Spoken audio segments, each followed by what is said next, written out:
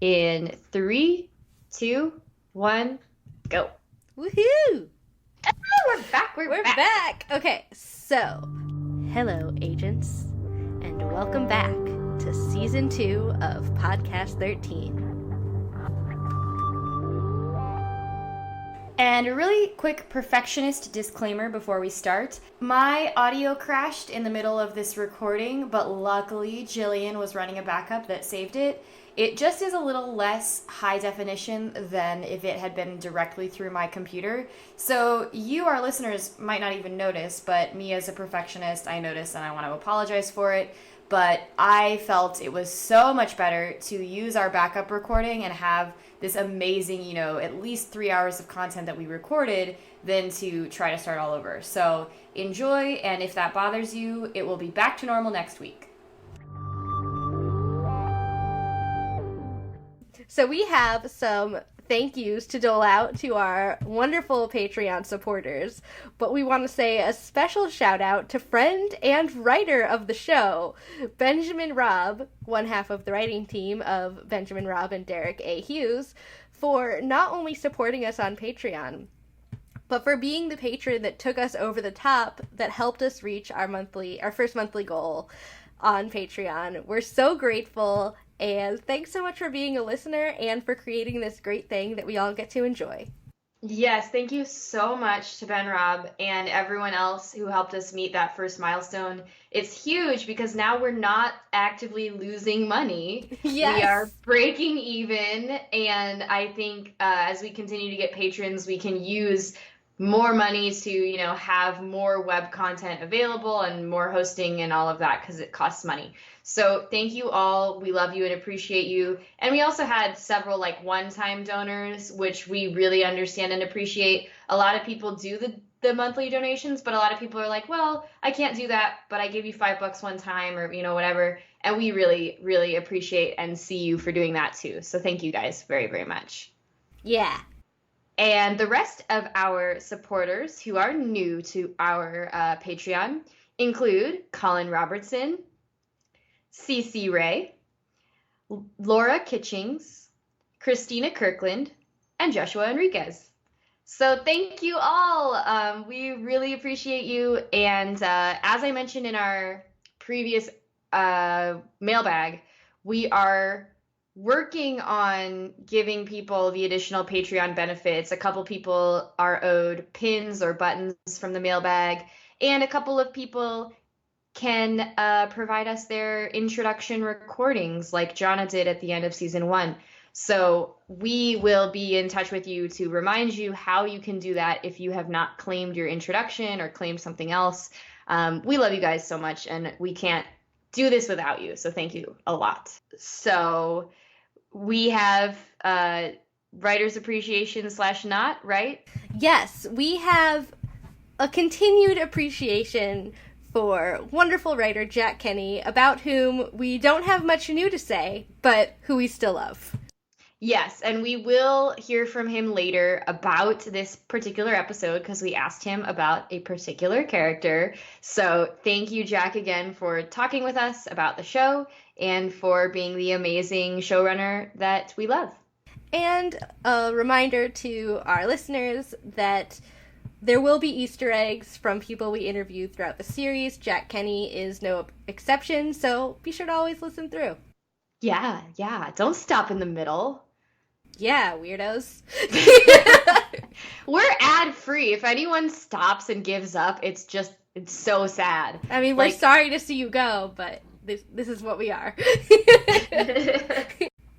And with that, we move on to this week's summary.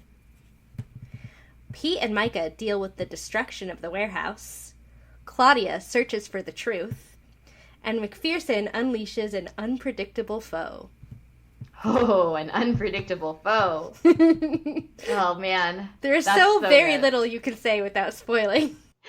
So, yes, we're about to spoil it all because season 2 is here and we love this episode, or at least I really love this episode. Oh my god, who doesn't love this episode?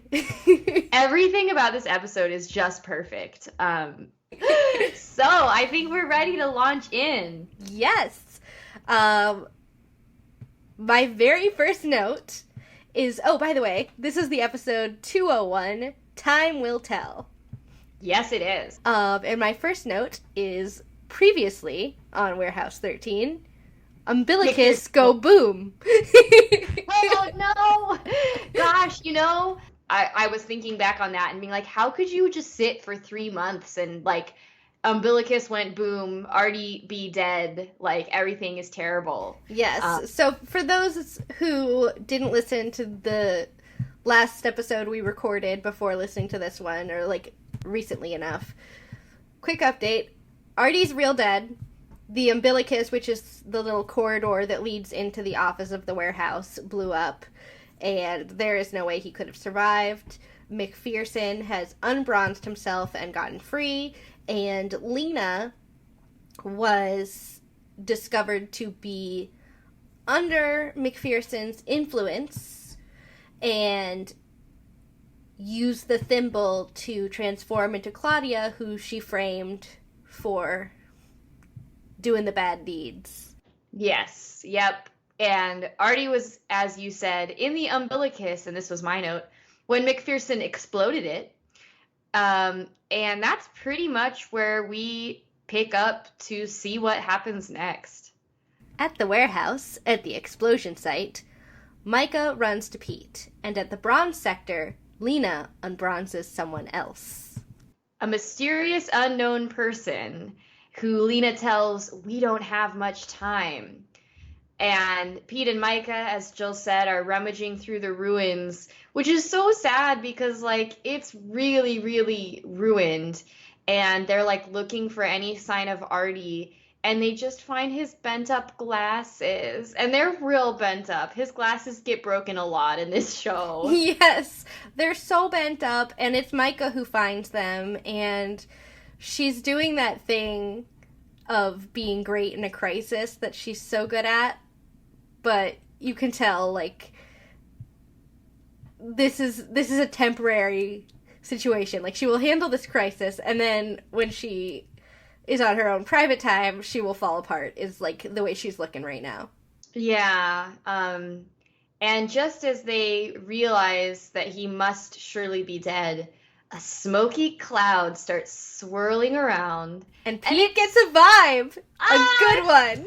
A good vibe. It smokes up. It is not that weird thing from Lost. It is Artie. That's what I thought about, too. And I have to say, the effect there was so cool. It was. And when you think about how it happened, which we'll get to in a second, it worked visually very well. The ashes rose up, and then within the dark ash, you just saw a few sparks that seemed at first to, like, just misfire within it, and then took the form of Artie, and then he reconstituted. And the first thing he says is, so that's how it works. Oh my gosh. And so we know, we also had a reminder on the previously on that this must be the Phoenix. And so our view of the, the ashes rising up is, like, perfect for that mythology. And, oh my gosh, the first thing Pete does is, like, pounces and gives him this big bear hug.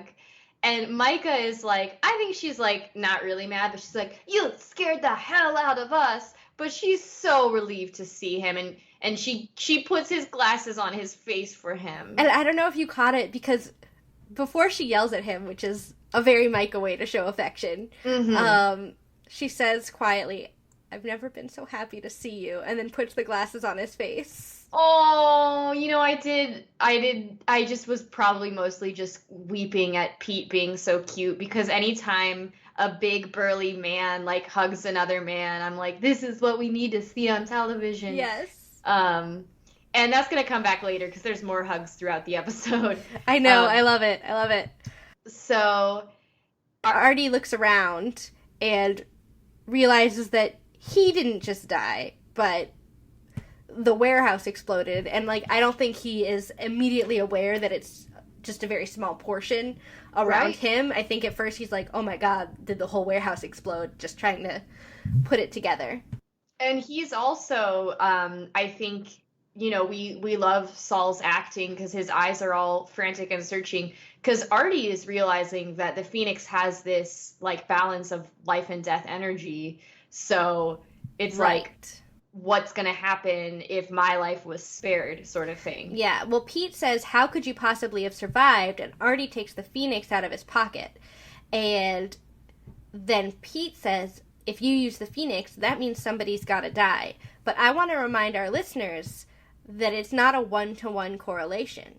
Mm-hmm. It's about who has touched the Phoenix before, and it may be one or several people that pay for the life of the person who has been reconstituted, which I really like, because it's always dicey when you kill off a character and bring them back, because you always want the character back, but you also don't want to diminish the meaning of death in the world so that nothing has stakes anymore. So I like that there's, even though something has been fixed, there's immediately this undercurrent of anxiety. So right when everyone realizes what's happening, Pete begins coughing, and the creepy, scary music kind of goes, and we're like, oh no, oh no. And then after a few minutes of intensity, he's like, ugh, ugh. Like, was I choking on you, Artie? Anyway, it's a scene of an explosion, so of course it's full of dust and smoke and things that would make you cough. And I also thought, my first thought was, my first thought was, Pete, this is a really bad time to pull a prank. People are actually really scared right now. But as I was pausing to take that note, I froze on an image and realized he had literally just choked on some dust, but it was Artie's fault, because Artie was yanking Pete by the collar in a way that, like, cut off his windpipe. He's like, are you okay? but it was like, no, I can't, you're choking me, which is even better. I didn't see that. That's so good. And I just thought it was great, because if Artie was, what's the word, obliterated into ash, like, I mean, I guess you could be choking on his ashes. It's like horror stories. I know MFM has had a listener write in about, having your grandma's ashes and spilling them, or, like whatever. And then I put in all caps, Myka moment. She starts welling up after realizing that Pete's okay and that Artie's okay, and not before, which is exactly the kind of realistic, heartfelt moment that really showcases her skills. And then while Pete is making a joke and Artie's like, oh, okay, she's just in the background and she smooths back her hair and takes a deep breath, and she's not even fully in focus. It's one of those perfect acting is reacting moments where she was just fully in the character. And as that is a relief, we cut to Mrs. Frederick and the bodyguard driving her car. It is our beloved actor, Jung-Yul Kim. And may I also remind you that in the previously on, it showed Mrs. Frederick and him driving away. So his his character was named unofficially, but that's what the writers called him. They called him No Ma'am because that was his only line in the pilot, and his last recorded words on the show were yes ma'am. It was so perfect and sad, and he coughs that smoke and we know it's going to be him. And we don't see the crash happen, but we see Pete and Myka rush outside where the car has just crashed and the horn is nonstop going. And because we know the mechanics of how the Phoenix works, it actually made me really sad, because, he's not an agent. He's Mrs. Frederick's bodyguard. Mrs. Frederick has likely interacted with the Phoenix or something. Mm-hmm. And I love that the writers put so much care into him. They put that irony in with his line. He's not on screen much, but he's meaningful, and I think that's really cool. And Myka is the one who points and says, oh, Mrs. Frederick is over there, and then they run to Mrs. Frederick instead of the burning car. So the question then becomes, how did Mrs. Frederick get out of the car? Was it her powers, or was she flung from the car? Who knows? Even in a dire situation, she's mysterious AF. Oh boy, what an amazing thing if she had the ability to eject herself from a car without using the door. Right? Yeah, love it. Because I also wonder, what the purpose of the bodyguard is. Can she only appear and disappear at the warehouse? Is it like, what are the boundaries of this power? We just don't know. Mm-hmm. And then from a nearby higher vantage point, we see McPherson watching the whole thing. Yeah. He assumes Mrs. Frederick was the one that was killed based on the fact that, you know, she's fallen and on the ground. And then Lena approaches McPherson with someone who is wrapped head to toe in a brown, I wrote, shroud? Is that the right word? Is that really Jaime Murray under there? Because the person feels too tall. I think it's a different person under there. I mean, I doubt it. I doubt it's her. It's probably a body double. They might have shot it the previous year before they cast Jaime. There's just so many factors that could happen. It's a very strange-looking human person, and the wrapping does not help. And they obviously, for the writing of this episode, have to suspend who that person is. And so Lena gives us the line that she recommends complete isolation for 24 hours because we are led to believe this person has been bronzed for, you know, however many years, and that they, you know, being exposed to sunlight or whatever could be bad for them. So, like, it works, but it's a kind of crazy scene. And the other thing I noted about it is that when McPherson says, oh, it was Mrs. Frederick, like, I'm not sorry, I'm not sorry sort of thing, this suggests that he knew the Phoenix was at play, and that's going to come back later. And we know that he doesn't really care about anyone, but he has a soft spot for Artie. We do, yeah. And so McPherson and this tall, shrouded figure are on their way. He says to Lena, I'll contact you with instructions. Until then, you know what to do. And Lena just says, yes, I'll take care of it all. And then he leads mystery person away and says, come on, old friend, you have a great deal to keep up on. And he also says, welcome to the future. Let's change it together. And that is such a good, once you know what it is, it's such a good thing to say to H.G. Wells. But here's the thing. The writing of this episode is so good, and I don't believe any line is wasted. So if he says, come on, old friend, that implies talking to this person at some point before. Oh. And that begs the question, how many times did he unbronze people in quiet moments before he was ejected from the warehouse, or when he was able to sneak in or use Lena for something?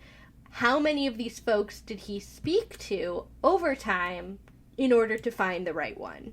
Or even before he was booted as an agent, we know he was kind of crooked. He could have been in there. Oh, that's so good. I didn't think of that, but I love your brain. Thank you. And then I just wrote, theme song dance!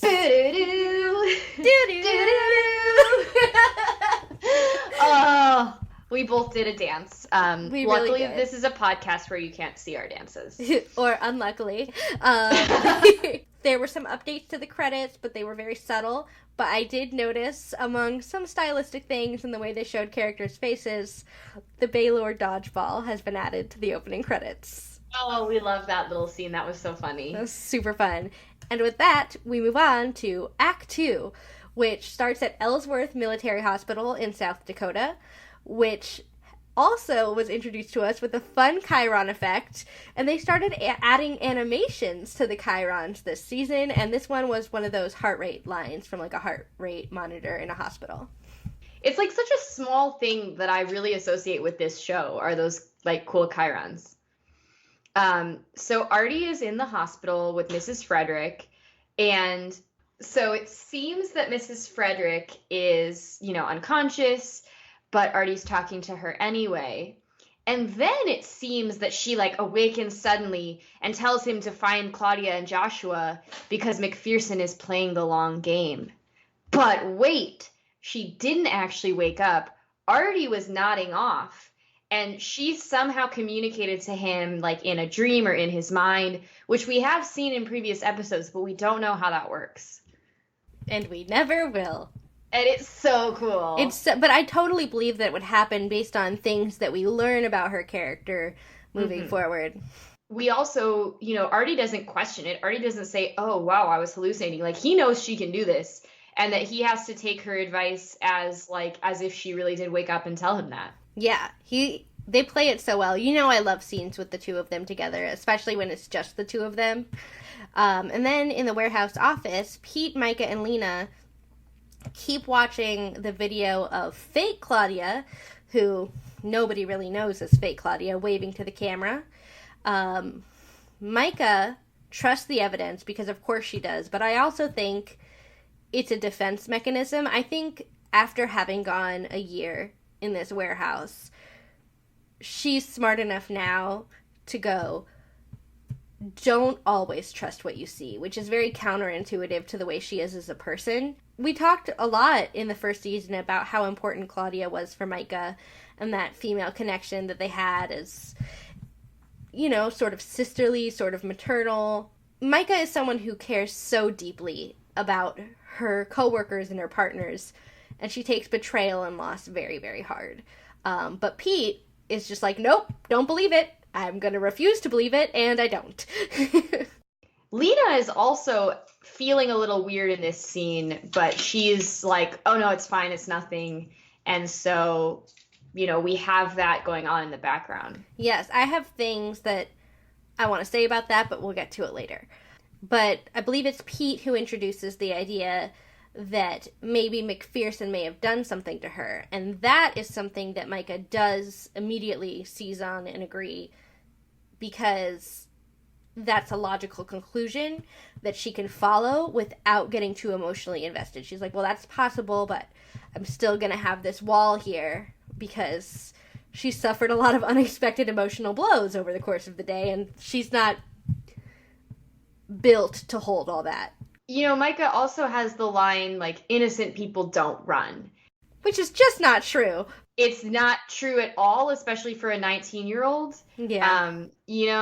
But this is the wall she's building up of like, well, here's some possibilities of what could be happening, and I just have to run with them until I find out otherwise. But I also love that we have context about her to understand that, because if we go back to the very first episode, the pilot episode, that's sort of the place that she was already in when we first met her, but it made her seem very standoffish and judgmental at first, Yeah. And I like that now we see, like, okay, this is the way she deals with hard loss, is she gets very by the book, she gets into the rules, and she just tries to logic her way out of emotions. So this brings us to Artie huffing and puffing his way into the scene. He tells Lena, oh, you gotta replace that umbilicus, I hate the stairs. Yes. He has information that Claudia is running to Switzerland to see Joshua at CERN, which absolutely makes sense because that's her only person in the world. And without wasting a second of time, Artie is just grabbing stuff from the warehouse office, and he's like, I'm going to CERN. And they're like, you're going right now? And he's like, yeah, obviously. Of course, Myka and Pete insist they have to go with it. Of course, they're going to be there. But he says they have to stay behind because McPherson had his dirty hands on the warehouse. Those are my words, not his. Yeah, he said McPherson has had hours of unfettered access to the warehouse, and God only knows what that man may have done. And as he's gathering items, he places them in his Mary Poppins bag, including, I don't know if you saw, but on a ceiling beam, he reaches up and takes a Tesla. Yeah, I saw that, and I was like, it was so hardcore that, like, because usually Artie is, like, sitting in his little office, sweet, older gentleman Artie, and it's like, oh, he's got a Tesla up there in case of emergency, and he's not messing around on this trip to CERN, like, he's gonna go. And of course, he spends more time in that office than anybody else. He's gonna know what's in every single nook and cranny. Yeah. And so they listen. They're going to comb through the warehouse, and this brings them particularly to the bronze sector because they know that's where McPherson was. Yes, Artie says to start in the bronze sector and retrace McPherson's steps, and Myka agrees, okay, I'm going to stay behind. You've laid out a logical path for me to follow. But she goes to Artie, and with the super emotional eyes that just kill me, she says to Artie, "Stay safe. He already killed you once." Oh boy, it's so in the heart because she doesn't. She cares about him. She doesn't want him to die again. And he acknowledges her fear with the curt "yeah," but avoids eye contact. Oh, Artie. And I just love, like, these two very emotionally repressed people are just like, "I have emotions about you. Thank you for having emotions about me. Bye." And this is a great thing because it's so common, and we're going to talk about fandom later in this episode, but, like, it's so common for a romantic pairing to, like, be two people with repressed emotions and we ship them. But this is just, like, you know, familial love and friendship that we're seeing this same complex and, like, lovable dynamic of those personalities, like in a completely different sort of relationship than we ever think about. Like all the relationships in this show are so complex and real, you know? Which is exactly my favorite way to portray emotions and relationships. I'm nothing against romantic relationships. I think they're very important. But I think that a lot of TV shows portray romance as the only and ultimate relationship that you should strive for, and other things are nice. This one takes a very hard stance of relationships that enrich your life are all equally important, which is something that I really feel in my heart. Oh, that's so good. You're so smart. I love you so much. Thank you. Okay, what do we... they're using the durational spectrometer. Yes. And Myka reminds him that it only works within the past 5 hours, and then Pete screams when he sees a rat, which is the first time we learn that he has a fear of rats. It's really funny, and, you know, it was obviously a rat from 5 hours ago, so there's no fear. While Pete uses gadgets, Myka does good old detective work. She does. And then she also uses her brain. She's like, oh, well, there's, you know, the monitor of the bronze machine. Clearly something has been dragged around this area. Let's see the history of the machine. And we see a very great, like, loading screen of, like, auto self-check or whatever, but 2 debronzes have occurred. They know one of them was McPherson getting out. And the way that these shots, like, happen all in a row, it's like cut to surprised faces, and we're like, oh no, and then it cuts back, and it's H.G. Wells. Myka's face when she sees that it's H.G. Wells is astounding. Pete is just like, this place keeps getting more interesting every day, because to him it's like any other famous history person. It's like, oh, I've heard of that person, that's cool, now they're involved in my life in some way. Whereas Myka is like, oh my god, H.G. Wells, but oh no, why was H.G. Wells bronze? There's just like this blanket, this tapestry of emotions that are crossing her face, and she doesn't know whether to be like super excited or very disappointed or maybe scared. There's just a lot happening. Well, and right, they only recently learned the bronze sector exists, and the description that they were given was that these were like the future Mussolinis of the world. And Myka is like, this literary author who we're going to talk about later, who was like a progressive political figure, like we would think of as a kind of more modern person for the Victorian era. It's like, why would this person be a horrible? Oh no. And I think also Myka is in a very emotionally vulnerable place right now, not just because, you know, something bad happened to one person, but because a lot of people who she cares very deeply about, she thought Artie was dead because he was dead, and then she thought Pete was gonna die, but then he was fine, and then finds out that Claudia has betrayed her, as far as she knows. There's just only so much she can rationalize at a time, and H.G. Wells is so far out of left field that there's almost a Pete aspect to her where she's reached her limit and is like, maybe I don't believe that this person was so bad. Like, I think any other day she'd be like, oh, I guess they're really terrible. I'll have to find out what happened to them later. But right now she's just like, no, not H.G. Wells too. And it's such a good moment for a commercial break. And I wrote down, it's the one that's like, beep, boop, boop. And it's like, it closes out. And you're just left with this revelation that H.G. Wells is loose in the world. And then we go to a commercial break and we're like, okay. And obviously, if you're me, if you're a little baby English major Miranda, you know, watching this in 2010, and you're like, oh my god, I'm so excited. Yes, because that is the end of Act 2. And I want to point this out specifically because we get a brand new animation outro that was not in Season 1.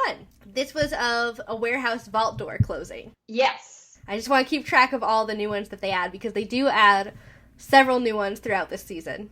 We meet Pete, and he is typing on a computer, which he hates. He's visibly antsy. This is not his thing. He's an out-in-the-field kind of dude, and he's talking to Lena, who is looking through the card catalogs that Miranda mentioned in Season 1, and Pete asks why H.G. Wells, why would McPherson want him? Him. And Lena says, all I can find on the Bronze Sector is a list of its residents, and H.G. isn't even on it. And then Myka enters. And Myka enters to provide some assistance. She's got the biggest, happiest eyes you've ever seen. She's carrying a stack of first edition books, and she's like, maybe we'll find out by reading some of his books. The library is awesome. And Lena immediately jumps on board. It's like, yeah, there's first editions of everything. Which, okay, for the record, that is really, really cool. Those first editions of, first of all, Lena literally says everything, and like, I believe. She says specifically everything that's ever been printed. Everything. Like, that library, that's like the Game of Thrones Sam Tarly library. Like, you gaze upon this, like, holy grail of all the books ever. And if you love books, like Myka does. Or like Miranda does. Oh, like I do. I mean, I can say that as a scholar, I do get to interact with really old books, and I do often cry, and I never get tired of it, even though I've, like, had a job working with old books. But, you know, it's just, like, it's this amazing thing that in the middle of all of this, Myka is excited about the books, and she has knowledge of H.G. Wells's work, and they're going to use that to, you know, sort of figure out what's going on. And for listeners, in the show notes, I will post a transcription I wrote in 2014 of a time I took Miranda to a rare bookstore, and she forgot how to breathe a little bit. I almost died. And this is also really funny because you may know me on Twitter or Tumblr as PhD BFF, because before I was active on social media, I was not a person. I was just Jillian's best friend, and she was active on social media, and she would refer to me as PhD BFF. So as you read that, be aware that that was like before I was even an internet person. I named myself after Jillian's persona of me, which is completely accurate. Like, you think it's a persona of me being a best friend who just is a PhD book nerd, but like, it's all true, every bit. And I just would also like to say that I'm very glad that she eventually joined the social media world, because I think people were starting to think maybe you weren't real. Maybe I just made you up. Sorry, anyway. So, of course, Myka says that her dad, aka Colonel Ty, used to read H.G. Wells to her, and Pete makes a joke like, nothing like some War of the Worlds for a toddler. And then they're like, what? You know, you like War of the Worlds? And he just starts going off about, oh yeah, I saw the Tom Cruise movie, which was like from the aughts, and I think is really bad, but whatever. And the Dr. Moreau with Brando, like, he's talking about all the films. Obviously, H.G. Wells's works are some of the most prolific science fiction that has been, like, interpreted and made into film and radio and all of that a million zillion times. So, of course, Pete knows about it. And he also asks if they have comic books, which they really judge him for. But comic books are cool, and if he is, like, really knowledgeable and wants to see a first edition comic book, I say let him. Yeah, and, like, first edition comic books are pretty hard to come by, especially the old stuff. But I do like how Myka says really, that's your first thought? And he's like, no, but you wouldn't like my first thought. And he just turns around. Yes. Oh, and then Pete finds a headline on his computer where he, I guess, has begrudgingly accepted that he must actually do some research and contribute, and finds a news article that says, H.G. Wells' historic home burglarized. Finds out someone broke in 10 months ago, but nothing was taken. Pete says he's confident that they'll find out Claudia's in the clear and isn't, a bad guy in any way. Yes. And then he says, let's go to London. He has a vibe and is sure Wells is there. And then Myka, split second of, should we? Yes, we're going. We've got this. We're going to go track down H.G. Wells. She is on board so fast, even though Artie explicitly said to stay in the warehouse. Mm-hmm. And, yeah, partially I think it's because she wants to get to the root of the issue, but I feel like this is just a fangirl moment. She's just I don't care if we gotta bronze him, I just need to meet H.G. Wells. Yes, and so speaking of fangirl moments, I was in London this summer, and I went to the historic home of H.G. Wells. I took videos of this, and I'm gonna make a Patreon bonus of it, and we'll talk about it throughout the episode. But if you are a Patreon supporter, look forward to that as soon as I can make it. I had trouble editing it when I was in London because my Wi-Fi was so bad. There's no actual H.G. Wells home like the one portrayed that we're about to see. But what I talk about in our Patreon bonus are a couple of the homes of H.G. Like most people, H.G. Wells lived in multiple places throughout his life. He grew up in a small crappy house in Kent, where I did not go. Sorry, Kent.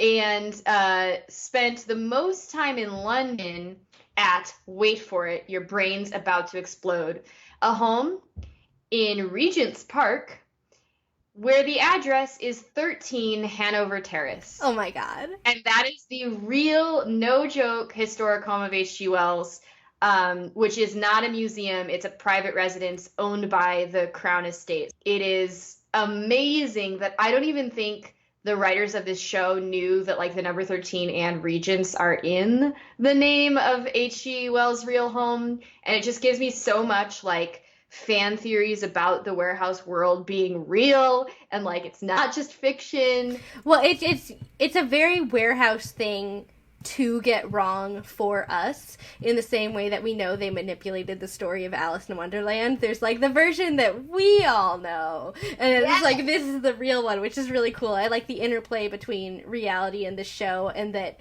even though we know it's a show, the show gives us clues that it has influenced our actual reality, which I think is awesome. So yeah, you can learn more about that in our bonus, and I'll talk more about H.G. Wells later. But first, we're going to Geneva. At CERN, which is, again, in Switzerland. And Claudia video calls Josh from, a Best Buy? I was thinking an Apple store. Do you remember you used to go to the Apple store at the mall and, take photos on the computers at the mall? Yeah. It could be a Best Buy or something for sure, yeah. I thought I saw, a refrigerator in the background or something. I don't know. It might have been. It was really good. And Claudia was okay, I just gotta sneak in and find a computer and, use it real fast, Yes, and she gives Josh a rundown on some stuff really quick. She says that the teacher who gave him the Rheticus's compass, his real name is McPherson, and that if he tries to contact you, don't trust him. She tells him that she's worried that she's a bad guy, which breaks my heart. And then she says she's coming to him because she can't go back to Artie, and she's not going back to a psych facility. And at that moment, Josh's boss enters and says that he'll be very abruptly raising Josh's clearance level because he needs help removing material from the lab. And then the boss walks out of the office and spots himself across the room talking to a group of other people. At which point, Josh's boss removes a thimble to reveal that he's really McPherson, and then walks right by the doctor he was impersonating. And he walks by the doctor and is hello, doctor, or something, and you're ha, la, la, the Yes. gall of this McPherson guy, he's just the worst. Yeah, he's real villainy. And then, ba-da-da, cut to London, my favorite city in the world. Same. Where apparently Pete watched Marley and Me multiple times on the plane.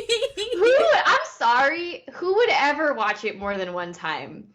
Pete. It's so sad. I feel like Pete needed his own little cry. Oh, he needed to cry. Oh, I didn't even think of it that way. He needed to. Oh, and he's like, it's just the puppies. But he's crying because, like, he's had a day. He's had a day. Myka, however, slept on the plane like the hardcore professional that she is. And as they enter the beautiful historic home of H.G. Wells, it's full of tourists. Myka thinks, they should have shut it down. But Pete is like, we would have scared away the real H.G. Wells. Like, it's good to come in incognito. And they kind of slip in for this tour where a beautiful dark-haired British woman with a notebook brushes past Pete and Myka. And hello, it's Jaime Murray. Oh, Jaime Murray. I am going to be doing an actor spotlight, but I am going to wait until we find out who Jaime Murray is playing within the context of the show. Perfect. So you immediately see Pete's face light up, and Myka knows, and she's like, Pete, we're working. And he says, working it, which is so Pete. And he comments it's been a long time, he hasn't been dating or whatever. There's no reason not to get his groove on. And Myka is, meanwhile, having none of this. She is investigating immediately. She has looked at the guest book of the H.G. Wells historic home, and she sees the name Edward Prendick. This leads Pete to go for the easy joke about that name, but Myka says, no, that's the narrator from The Island of Dr. Moreau, a really great book, and historically, the black and white film is, like, really controversial and cool, because, Darwin and stuff. So it's just a cool little reference, and this leads them to believe, like, all right, like, H.G. Wells is here. And in a room that is full of tourists, he storms up to someone who is obviously an actor and flashes Badgie, which, as you'll recall, is the name of his badge, and confronts the actor while Myka looks mortified. And I do want to say that whether intentional or not, this is actually a pretty hilarious Bones reference, because Eddie McClintock played the character Sully on Bones, which was a short-term love interest of the main female character, and the character has a lot in common with David Boreanaz's character on Bones, and there is an episode that came out around the same time where that character and Bones also go to England, and David Boreanaz's character acts in a way that is very similar to the way that Pete is acting, just aggressively American. Oh, it's so everything about this confrontation delights me. Oh, he says, show's over. And he's flashing his badge as if he has any jurisdiction. Oh, yeah. Oh, and too, though, not to be stereotypical, but the British people are quite polite, and they're kind of watching, like, what's gonna happen? And Myka is like, no, he's an impersonator. And, like, of course he's an impersonator, but she says he's wearing a fake mustache. And he is like, and he rips off this fake mustache. But he's genuinely surprised because he immediately turns to Myka, and instead of being like, I solved it, he says he's really vibing out. That's the exact quote. He's like, no, but the person is in this room, and he, instead of feeling very elated like he was a second ago, he actually becomes visibly distressed instantly. Well, right, because it looked to us like he burst in his overeager way, but he says, like, no, I have this vibe, I am right about this. But then the best thing happens, and I was describing this to Jillian before the recording, that it's so well done. This actor was speaking in a very proper Royal British accent, impersonating the historic H.G. Wells. And when Pete rips off that mustache, he drops immediately to, like, a London accent. It's like, all right. And he says his name is Walter Frith. And I love that, like, it's so small of a detail, but this actor totally commits to like being a disgruntled H.G. Wells impersonator who just got like publicly embarrassed. And so because of how much I was delighted by this, I am going to do a mini actor spotlight. So this man, who has, I think, 2 lines, is named Ivan Sherry. He is the actor who plays the H.G. Wells impersonator. He is from London, England, so that that harsh London accent that comes out is his accent. And you may know him because he played Scotty Pullover in Fargo, like 3 episodes. And he was also a 2-time extra in our favorite show, Orphan Black. He is better known, though, for being a voice actor, which is why I think this scene he does the voicing so well. He played multiple roles in the Assassin's Creed video game series, like not just one game, but throughout the series. And he also did voices in Hotel Transylvania and Inspector Gadget.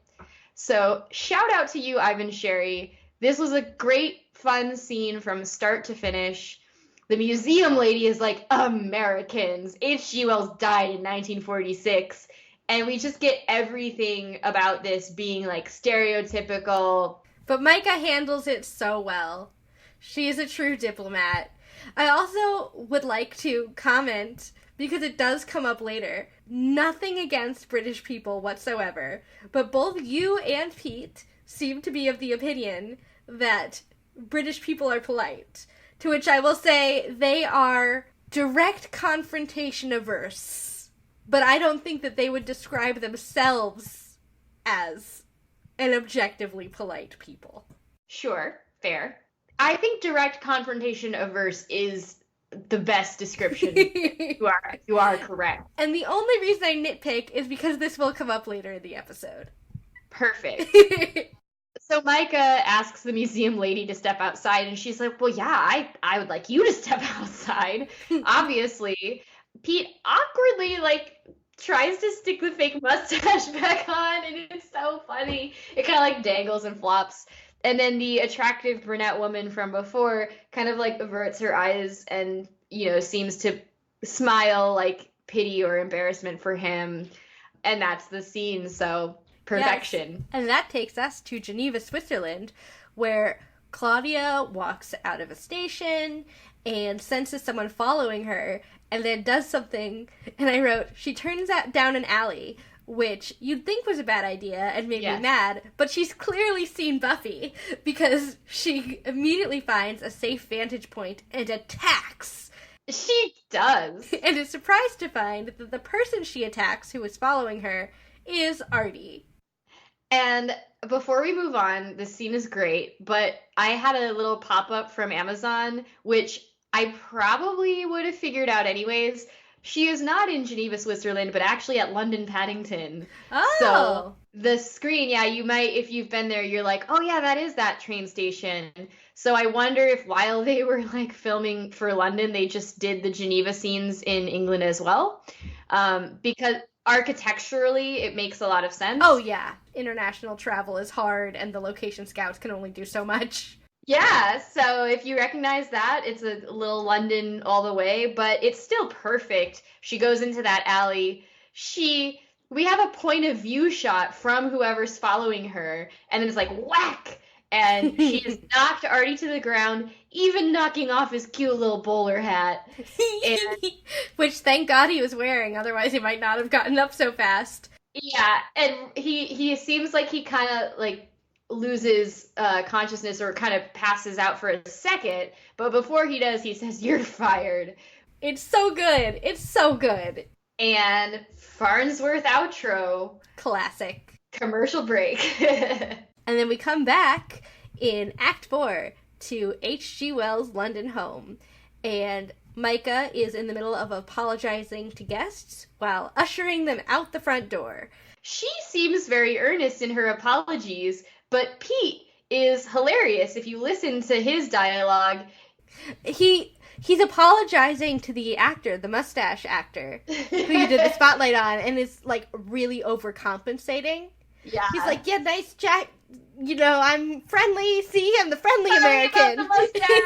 Like, It's really funny. Again, his apologies are comical to us, but Myka has remained completely focused, looking at the guest book, and we get the impression that what they had done was like compared the people in the tour to the names on the guest book, and they've concluded that this Edward Prendick person is not there, and so they must have missed H.G. Wells, who was there yesterday, or something along those lines.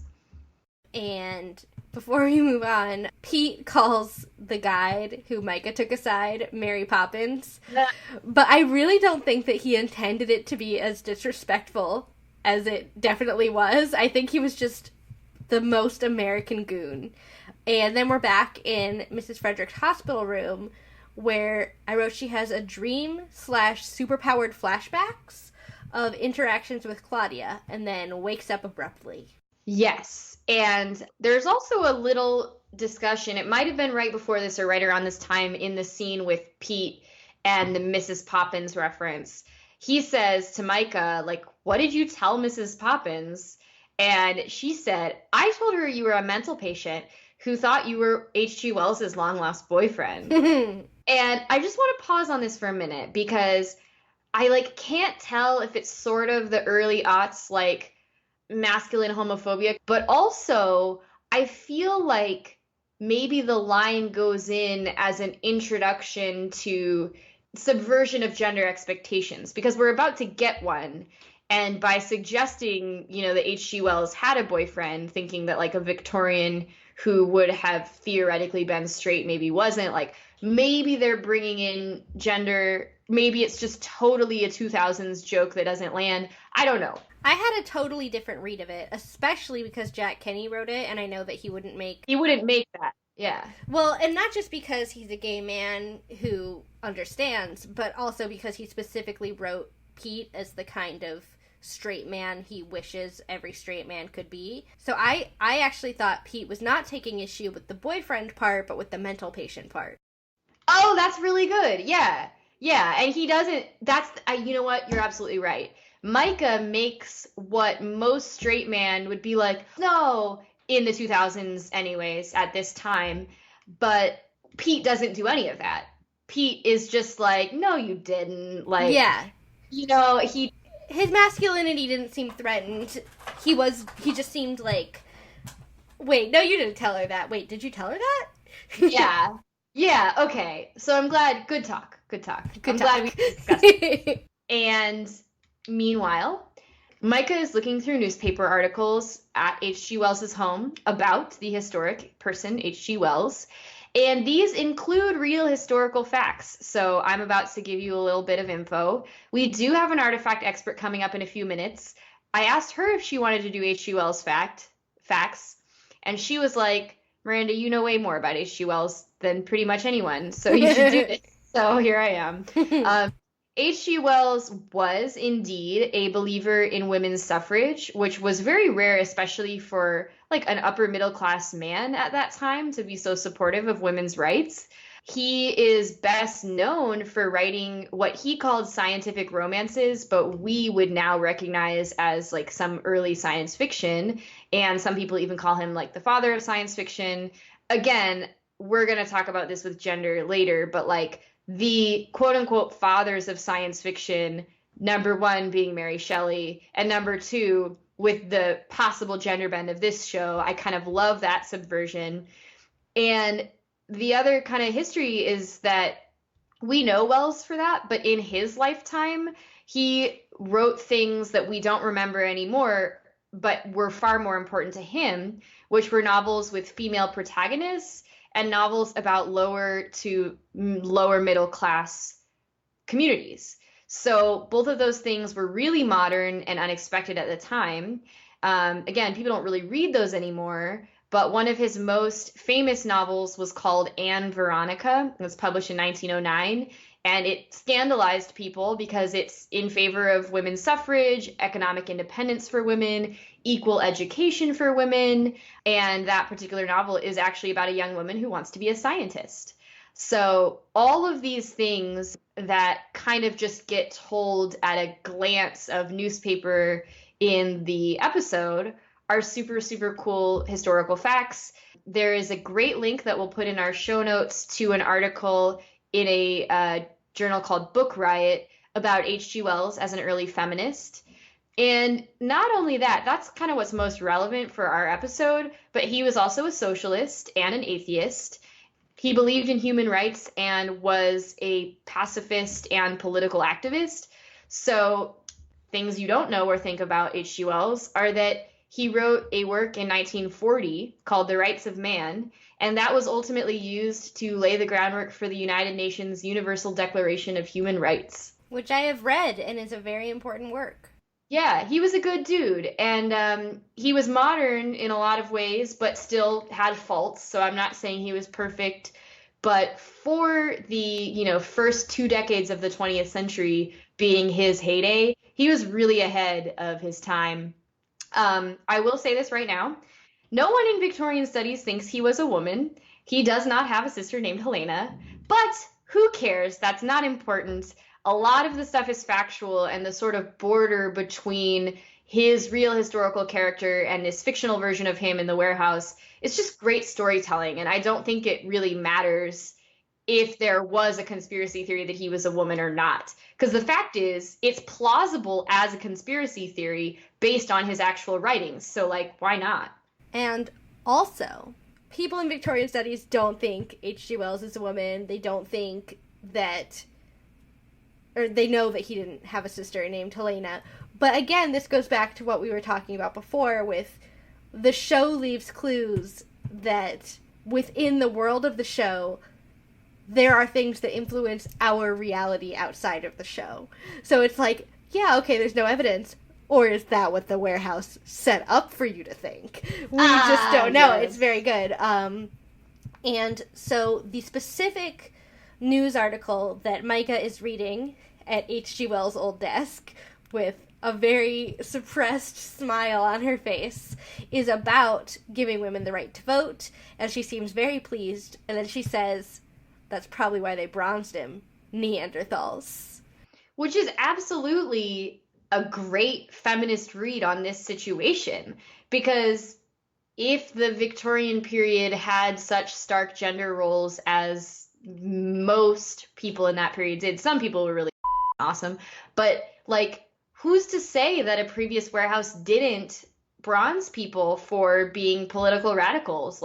Obviously we don't want to think that, but you don't know. I mean, especially with everything that we talked about in 104 Claudia about the ways Victorian ideas about mental health and insanity influence the treatment of women.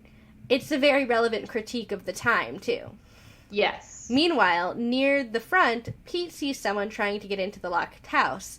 He opens the door to find that it is an attractive woman. Mm-hmm. He, throws this door open, ready to take her down. So funny. So funny for reasons that I will talk about very shortly. But Pete's a big dork and lets her in to look for something that she left. And he just flirts and fakes a British accent very badly. And meanwhile, we are now in a Swiss alleyway where Claudia says she wants to see Josh and that if she's a double agent, then she shouldn't be trusted.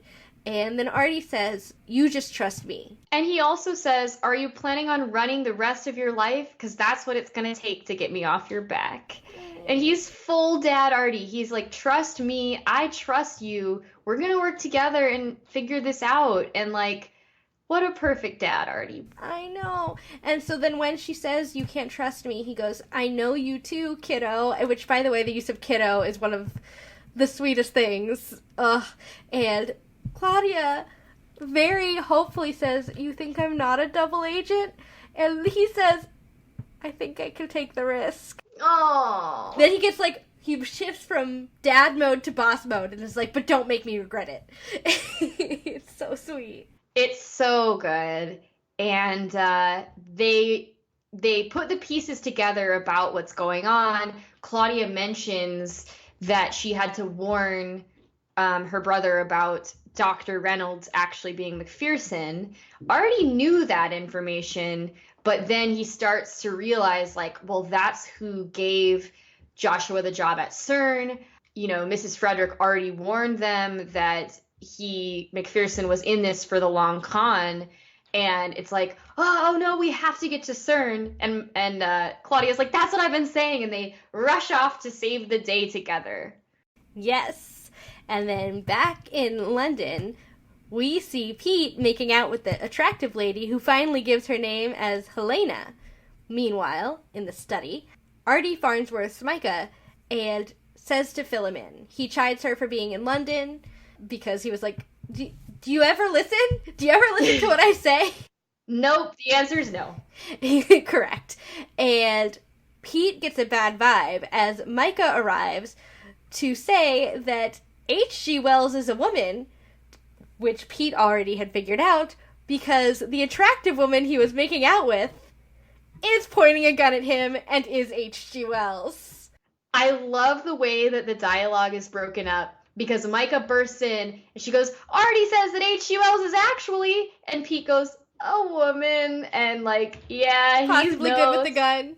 Yeah, oh, everything about that, like, that little clip isolated from anything else on this earth is still perfection itself. Like, beautiful reveal. Oh, so fun. I just love it. And now I have several things to say. First, I would like to introduce 2 clips. The first clip is a previously unaired section of our interview with Jack Kenny when we asked why he chose to write H.G. Wells as a woman. And this is what he had to say about it. Well, that was his first season. We were talking about who would be in the bronze sector and who would McPherson want on freeze. And of course, you know, when you're talking about sci-fi, one of the first names that comes into your head is H.G. Wells. And I said, oh, that's cool. I love H.G. Wells. That'd be great. But what can we do? And we're sitting there thinking about how could we make H.G. Wells surprising to us. And I thought, what if H.G. was a woman? And everybody kind of, and the sci-fi nerds all kind of went, what? You can't do that to H.G. Wells. And I said, yeah, but, well, think about it for a second. What if there was a woman named Helena Gwyneth Wells, and no one would have taken a woman writing science fiction in England in the 1890s. I mean, Mary Shelley kind of got away with it many decades earlier, but it would be tough.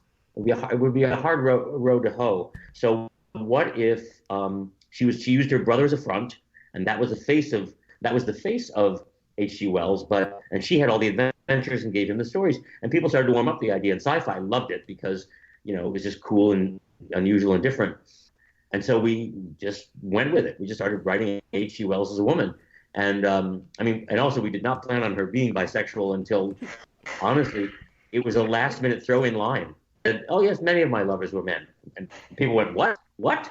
And of course, we poked around for various actresses who might do it. And I remember Jamie from her season on Dexter, which was unbelievable. And when they said she was available in the industry, we were like, oh yes, just offer it to her. She's in. I mean, she's English, she's sexy, she's, you know, smart. You know, she was great. And actually, after the series had ended, myself and Bob Goodman tried to sell H.G. Wells as a series, where she would be a sort of a private investigator, Sherlock Holmes type person in New York City in the 1890s, teamed up with an ex-New York City cop named Ben Casey, and who was thrown out of the police because he wasn't corrupt enough, and they were working for Teddy Roosevelt, who was the chief of police in New York at the time, and the big bad for the season was Thomas Edison. So Thomas Edison was a bad guy, and we could have really dug into that in HG in the 1890s. ABC was going to put it on the air in the summer that year, and they said they needed us to have a co-production with any British channel that we could get on board. And so we went to all 4 of them, and they all turned us down. And I think it's because we made their H.G. Wells a woman. We wish we could go back in time and be the executives you pitched this to. We would have given you the biggest check. Well, Channing Dungey, who was running ABC drama at the time, and then she eventually took over as president, she was in love with the idea. And then they ended up doing an H.G. Wells series, I think it was Time After Time. It was a couple of years ago. They did a series based on H.G. Wells' Time Machine, and it didn't. I don't think it worked for them, or maybe it worked a season or two. But she was in love with the idea. She just couldn't get at the time the president of ABC to get on board with it without a British co-producer, and it kind of it broke my heart not to be able to sell it. We took it to all of them, and couldn't get. But it's not an idea that is dead. It can be done anytime. I may still revive it. I'll let you know. I'll send you the lookbook I put together for it. Oh my God, that would be please amazing. do. That would be please. And now we have another unaired clip from our interview with Eddie McClintock about his initial experience working with the lovely Jaime Murray and learning more about this character. The thing that I really remember is standing on set and then being introduced to H.G. Wells, Jamie, and going, seriously? The hot English chick from Dexter? And it was like, hi, I'm Eddie. Oh, hello, I'm Jamie. I mean, literally, we met, and then 2 minutes later, we were totally macking down, and I was like, I have the best job in the world, but I was like, we're very serious, so, oh, come on over. Hi, guys. This girls. Is my wife, Lynn. Hi. Nice to meet you. She's a good lady. She's been very supportive and she is the backbone of this household. That's for sure. Nice to see you. Nice to see you too. You guys sound awesome. Good job. Thank you. All right. Bye. So yeah, that was and then it just, as it turns out, Jamie ended up just being like a cool, nice, not insane person, which is always a plus. Yeah, so totally cool lady. And I love the fact that they, the reason they made H.G. Wells a female was because based on the premise that in the time that she lived in, if she had written those things as a female, no one would have taken her seriously. Mm-hmm. And she wouldn't have been accepted. The works wouldn't have been accepted. But since she did the pseudonym, it was, widely accepted, and it was a great little nod to girl power. Which was what her character was all about, and especially her relationship with Myka. And people have been like, so were you mad that they were like kind of hot for each other? I was like, no, man, who could blame the two of them for being two hot people thinking that the other was hot? Like, there's an interview with Joanne where that's what she says too. Her reaction to meeting Jamie was the same as yours. Yeah. And so now that we know that H.G. Wells is a woman, and that woman is played by the wonderful actress Jaime Murray, I would like to finally introduce the most exciting actress spotlight. So Jaime Murray is, as we all know, a wonderful actress, and I specifically asked to do this actor's spotlight because I knew about Jaime Murray even before she appeared on the scene in America. Hipster. I knew her before she was cool, but that's not true because she's always cool. So her first credit on IMDb is on the TV series Casualty in 2002. Also, concurrently, she was on a TV series called The Bill as the character of Melanie and as Tanya Matthews. She played someone named Kiki in a TV series named King Eddie, and went on to work on shows like Doctors and Nurses, Animal, Love Soup, a miniseries called Shakespeare Retold. But where I know her from, and where I'm sure a lot of British people will know her from, is from the TV show Hustle, which is a show about a group of con men and Jaime Murray, a con woman who work together and specialize in long cons. There is a sort of magical realist element to it, some fantasy. Jaime Murray is the sole female con artist in this show, and is really wonderful. You can see it sets up a lot of her skills because she's constantly asked to play these different roles in these funny situations. And the first time I ever saw her was in an episode of Hustle. It's called the Henderson Challenge. And this is my very, very first memory of seeing her. The summary is that two of the con men in the episode that I remember are bickering about something.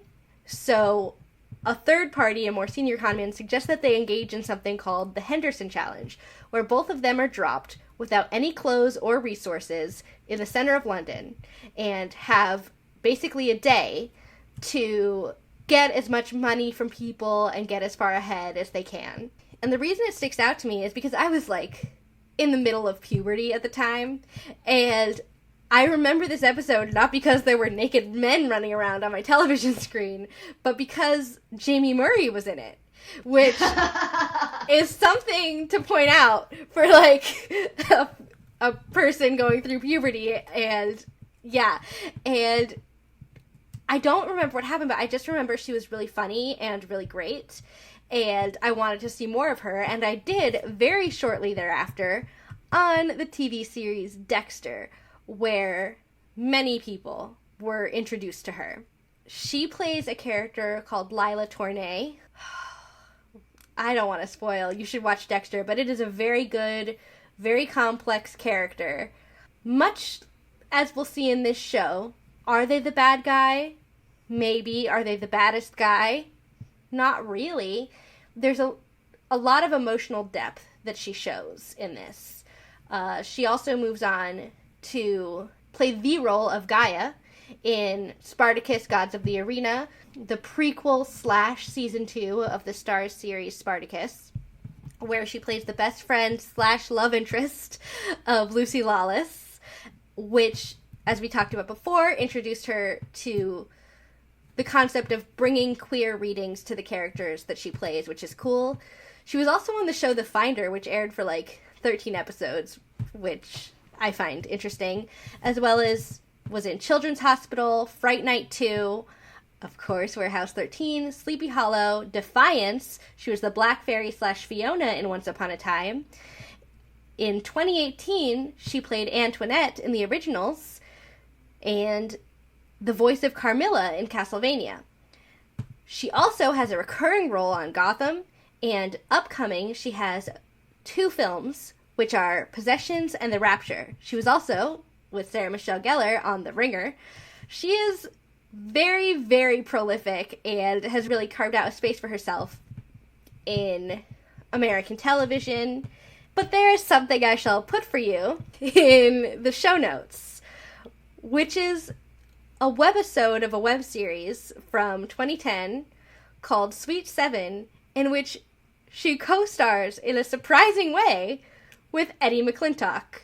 Every episode of that web series is set in Suite 7 of the same hotel, and the characters don't connect with each other from episode to episode. They're just short vignettes that you see go on in this room, and this one is Suite 7, webisode title, Good in Bed. Well, thank you for that amazing introduction to her. I will definitely plug, if you did not watch Defiance, it used to air on the same night as Warehouse 13. And somewhat friend of the show, by which I mean friend of myself, David Peterson. I was going to bring him up. He's great. The conlang artist from Game of Thrones, and he wrote at least 3 complete languages with writing systems for Defiance. So that alone should give you enough reasons to watch it. But also Jaime Murray plays a bisexual alien woman. Very interesting makeup and world building in the alien kind of identities in that show.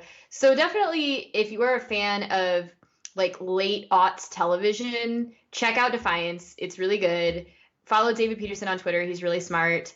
And we love Jaime Murray. I think one of our Twitter followers described her as the most gay non-gay or something like that. She is a friend of the queer community, and she's really been amazing.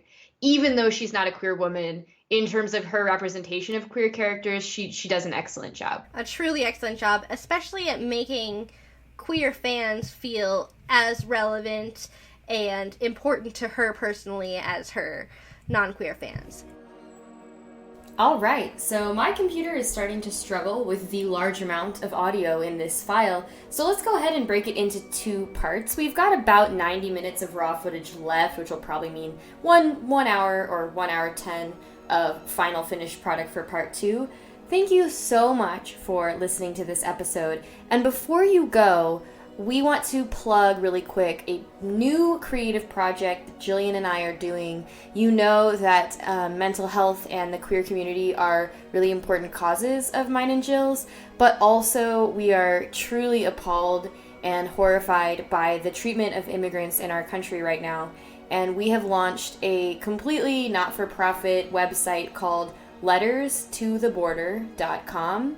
And what we're doing on that site is collecting letters of love and support for immigrants, families, children, individuals, anybody that's detained in the completely inhumane border detention facilities. These are all digital for now. You can feel free to make a physical letter and send a photo of it, but it's just send in through a submission form a letter of welcome to people who really, really need a welcome right now.